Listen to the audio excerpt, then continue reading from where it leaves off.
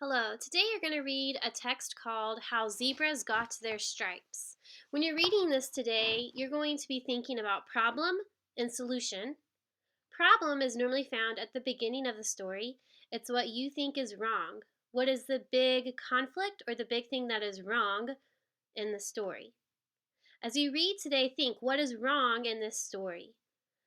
Second, you're going to think about the solution. At the end of the story, what happens with the problem? Is it still a problem or has something changed to make it not a problem? So, as you're reading today, please think what is wrong and what is happening to fix or make the problem right or good. Please listen along as I read How Zebras Got Their Stripes. Again, I'm going to be reading this aloud. If you really want it to be beneficial for you, you should have the document open in front of you. So if you don't have the text, How Zebras Got Their Stripes, in front of you, you need to pause the video and you need to pull it up or look at it. How Zebras Got Their Stripes. This story happened a long time ago in Africa. One day, Baboon, who was very fierce, decided to leave the jungle tree where he lived. He wanted to live next to the river. He was so mean that he told all the other animals that the land belonged to him. Baboon stated he was the only one allowed to drink from the river. The animals were upset. They were sad because they needed water to survive. That means to live. But all of them were afraid of Baboon. He had a big head with thick eyebrows and long teeth. He showed his teeth every chance he got to scare the other animals. They didn't know what to do. Okay, so at this point, do you know the problem of the story? What is not right or what is not good about this story? You can find it in the first two paragraphs.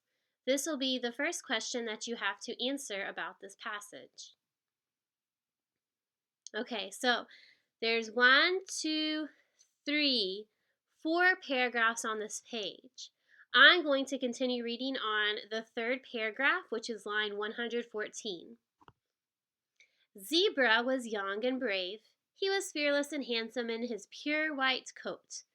In the old days, zebras had all white coats. Zebra said to the other animals, I am not afraid of Baboon. I will tell him we are going to drink from the river. The next day, Zebra met with Baboon, but Baboon refused to talk to Zebra. So Zebra challenged Baboon to a fight. Baboon laughed. It had been a long time since he had lost a fight. Okay, if you think between a zebra and a baboon, if they had to fight each other, who do you think would win? They agreed that the loser of the fight would have to leave the jungle and river. He would have to live on the barren hill. The empty hill was not a place anyone wanted to live. They would meet the next morning in Baboon's yard next to the river. He would have to live on the barren hill. I don't really know what the word barren means. He would have to live on the barren hill. I know the hill is like a curved piece of raised land. Barren hill, what does that mean? The empty hill was not a place. Oh, empty hill. So barren is something that's empty. That means it must not have anything on it. Okay, that helps me understand. Ooh, I would not want to live on a hill that has nothing on it and is empty or barren.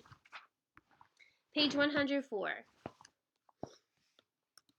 The next day, Zebra came to Baboon's yard. Baboon had built a bonfire. So that's like a fire that you put on the ground. Zebra's white coat glowed in the sun.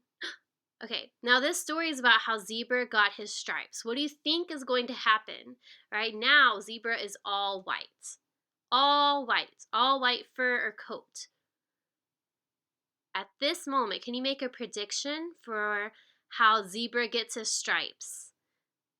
So, the next day, Zebra came to Baboon's yard. Baboon had built a bonfire.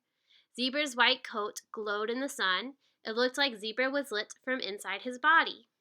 All the animals came to watch the fight. They knew that it would be difficult to beat Baboon, so it's not going to be easy. Baboon and Zebra were both strong and used all of their skills.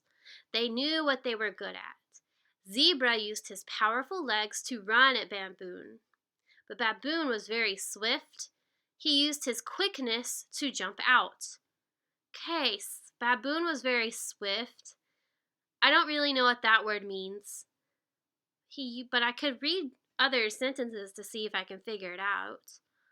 He used his quickness to jump. Okay, maybe swift means quickness. He used his quickness. Yeah, that's what swift means. To jump out of Zebra's way. Before Zebra could stop, he was suddenly close to the what? Yeah, the bonfire. He was so close that the heat from the fire began to burn him. Zebra turned around and kicked Baboon over the river and onto the empty hill. He wasn't injured, but his pride was hurt. He knew he had lost. The animals could drink from the river. Zebra won, but he was left with marks. The fire had burned long black stripes on his white coat. From that day on, all zebras had black stripes and were proud of them. They were a symbol that Zebra had fought and won to keep water free for all animals.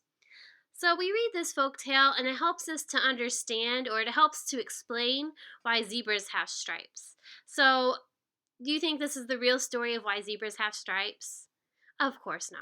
But many years ago, people liked to make stories about what they thought. They made very imaginative stories, and this is one person's story of why zebras have stripes. At this point, you need to read this yourself, and then you need to answer the 3 questions about the passage on Class Dojo Portfolio.